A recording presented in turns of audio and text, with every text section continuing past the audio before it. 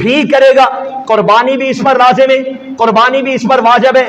اور یہ بندہ اپنے رشتہ دار، اس کا ماں ہے، اس کی ماں ہے، باپ ہے، یا اس کا کوئی اور عزیز ہے، ننہال کی طرف سے کوئی رشتہ دار غریب ہے، فقیر ہے، ان کا خرچہ بھی اس پر لازم ہے، اور اس آدمی پر قربانی بھی، اور یہ اپنی زائد چیزوں کو بیچ کر، توجہ سے بات سمجھیے، بشرطے کہ وہ زائد چیزیں وہی نصاب چاندی کو پہنچ گئی ہوں، یعنی چاندی کے نصاب کو لاکھ روپے کے قریب پہنچی ہوئی ہوں، اس آدمی کو زائد چیزیں بیچ کر حج کرنا بھی فرض ہے، اس پر حج بھی لازم ہے، اس پر حج بھی ضروری ہے، یہ چیزیں اس پر لاگو ہو جائیں گی۔ اور ایسے شخص کے لیے پیسہ مانگنا، ایسے شخص کے لیے زکوٰۃ کا سوال کرنا حرام ہے۔ اگر آپ نے ایسے بندے کو زکوٰۃ دے دی کہ اس کے پاس پیسے نہیں ہیں، اس کے پاس مال نہیں ہے، اس کے پاس سونا چاندی نہیں ہے، لیکن زائد اعلی ضرورت چیزیں رکھتا ہے، ایسے شخص پر زکوٰۃ نہیں لگتی۔ اگر آپ زکوٰۃ دیں گے تو وہ زکوٰۃ ادا نہیں ہوگی، یہ بات بھی ذہن میں رکھیے۔ اکثریت میں ہمارے معاشرے میں زکوٰۃ ایسے لوگوں کو دی جاتی ہے، ایسے لوگ اڑا کر لے جاتے ہیں، اور آپ بھی مسئلہ پوچھ رہے ہیں کہ اس کے پاس پیسے تو ہے نہیں، ہم اس کو زکوٰۃ دے دیں۔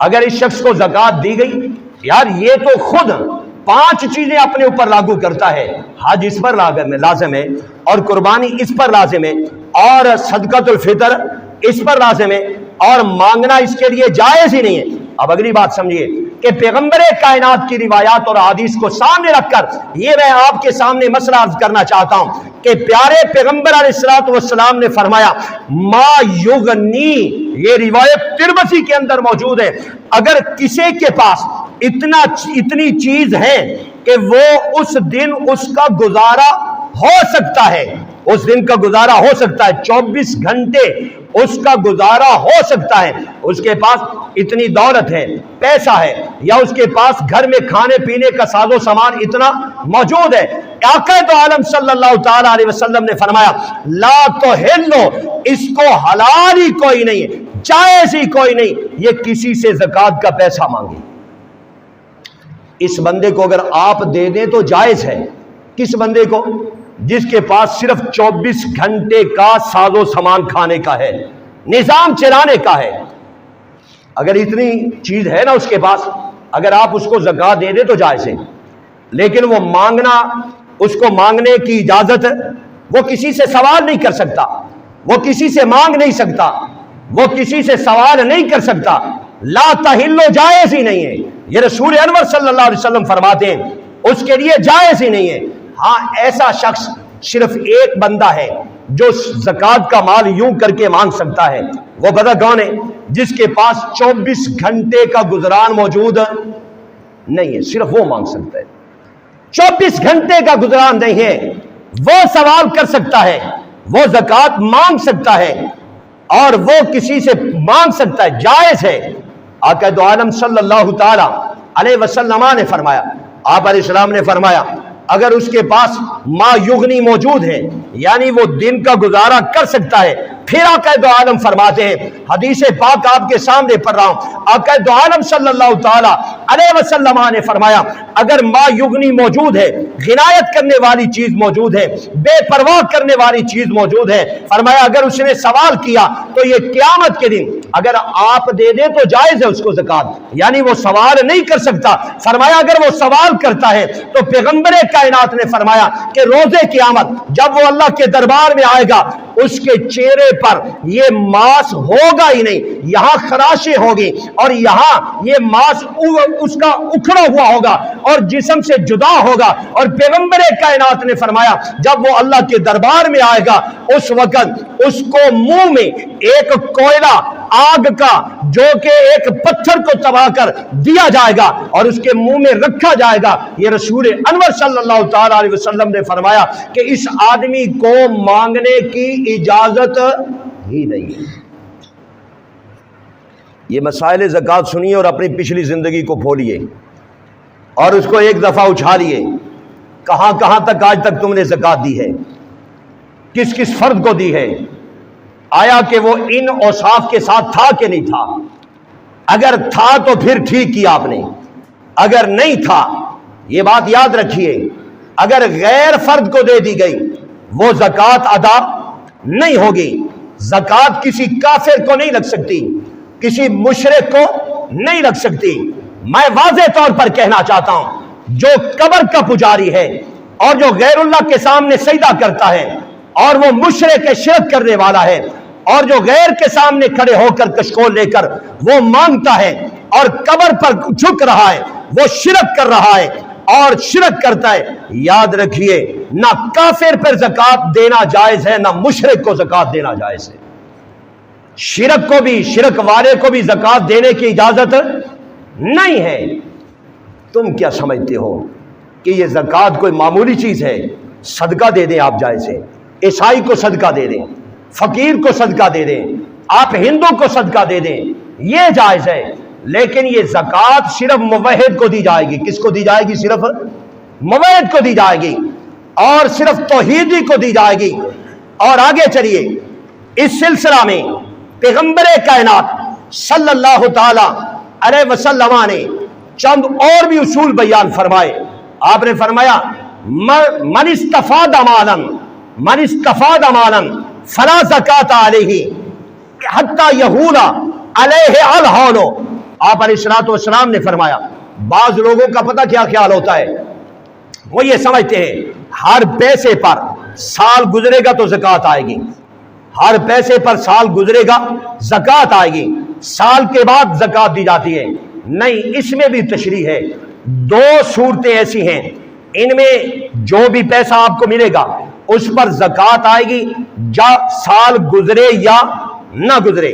اور دو صورتیں ایسی ہیں کہ جب وہ آپ کو پیسہ یا وہ مال مل جائے، جب تک سال نہیں گزرے گا اس پر زکوٰۃ نہیں آئے گی۔ میں چاروں صورتیں آپ کے سامنے ذکر کر دیتا ہوں۔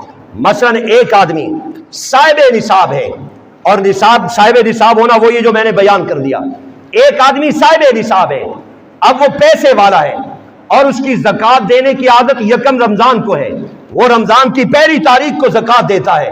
اب اس کو آج کل آدھے سال میں، یعنی سال کے ابتدا میں وہ مالدار تھا، پیسے والا تھا، اور سال کے ابتدا میں وہ صاحب نصاب تھا اور مال منامی کا مالک تھا، اور اب سال کے دوران میں اس نے پیسہ کمایا اور سال کے دوران میں محنت کی، نفع آیا، اس کو درمیان سال میں 10 لاکھ روپیہ نفع مل گیا۔ اب یہ مال مستفاد جو درمیان میں حاصل ہوا، اس کو بھی پہلے پیسے کے ساتھ راس المال کے ساتھ ملا دیا جائے گا۔ یہ جو درمیان میں پیسہ آیا ہے اس پر الگ سال گزارنا شرط نہیں ہے۔ جب آپ یکم تاریخ کو حساب کریں گے، سارے پیسے کا یک حساب کریں گے جو سال کی ابتدا میں بھی تھا اور درمیان میں بھی جو نفع کی صورت میں آپ کے پاس آ گیا، بشرطے کہ جنس وہی ہو، جنس وہی روپیہ ہو، تو جب آپ اس پر حساب کریں گے، چلیے اس کو اور انداز میں سمجھا دیتا ہوں کہ سال سے یعنی رمضان سے 2 دن پہلے شعبان کی 26-27 تاریخ کو کہہ لو، آپ کو 10 لاکھ روپیہ مل گیا، نفع آیا۔ اب یہ 2 دن کے بعد تو آپ نے زکوٰۃ دینی ہے، تو اس پیسے کو بھی اسی پیسے کے ساتھ شامل کیا جائے گا، اور جب آپ نے 2 دن کے بعد حساب کرنا ہے سارے پیسے کا حساب کیا جائے گا، چونکہ وہ اسی جنس سے، اسی پیسے سے کمایا گیا ہے اور اسی سے محنت کر کے یہ اضافہ کیا گیا۔ تو ایسے روپے پر سال گزارنے کی شرط نہیں ہے، اسی کے ساتھ مل کر اس کی بھی زکوٰۃ ادا کی جائے گی۔ اور دوسری صورت یہ ہے کہ آپ صاحب نصاب ہیں، شروع میں پیسے والے ہیں، آپ کے پاس پیسہ ہے، درمیان سال میں آپ کو وراثت سے پیسہ مل گیا، آپ کو وراثت سے پیسہ مل گیا، یا کسی نے کوئی چیز ہبہ کر دی، باپ فوت ہو گیا، آپ کو 10 لاکھ روپیہ وراثت سے مل گیا۔ اب یہ جو وراثت والا پیسہ ہے، یہ بھی اس پر آپ یہ نہیں کریں گے کہ سال گزرے گا تو تبھی جا کر میں اس کی زکوٰۃ دوں گا، اس کو بھی اسی پیسے کے ساتھ ملا دیا جائے گا جو شروع سال سے آپ کے پاس آ رہا ہے۔ یہ وہ 2 صورتیں ہیں، درمیانے سال میں اگر آپ کو پیسہ ملتا ہے اس پر سال گزارنے کا کوئی شرط نہیں، یہ پیسہ پہلے پیسے کے ساتھ ملا کر اس کی زکوٰۃ ٹائم پر ادا کی جائے گی۔ ہاں ایک دوسری صورت ہے، اور وہ صورت یہ ہے آپ شروع سال میں صاحب نصاب نہیں ہیں، یعنی رمضان مبارک میں اگر آپ کی عادت ہے زکوٰۃ دینے کی، رمضان میں آپ صاحب نصاب نہیں تھے لیکن 2-4 ماہ گزرے، پھر آپ صاحب نصاب بن گئے، اللہ نے آپ کو پیسہ دے دیا، وراثت کی صورت میں پیسہ مل گیا یا کہ محنت کی صورت میں پیسہ مل گیا، اب یہ وہ پیسہ ہے کہ جس پر پورا سال گزرے گا تو پھر آپ کیا کریں گے؟ زکوٰۃ دیں گے، چونکہ صاحب نصاب آپ اس وقت بنے، پہلے سے آپ صاحب نصاب نہیں تھے۔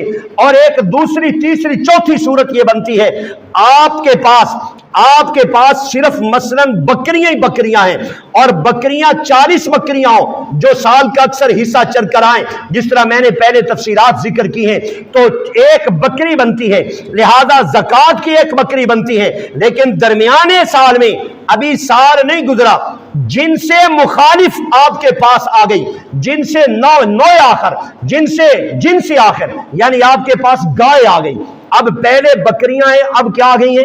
گائے آ گئی ہیں، چاہے وہ نصاب کی صورت، یہ وہ وراثت میں آئی ہوں یا آپ نے خریدی ہوں، اور یہ وہ گائے جو ایک دوسرا نصاب آپ کے پاس آیا ہے، تو اس کے لیے بھی شرط یہ ہے کہ اس کی زکوٰۃ تب دیں گے کہ پورا سال گزرے گا۔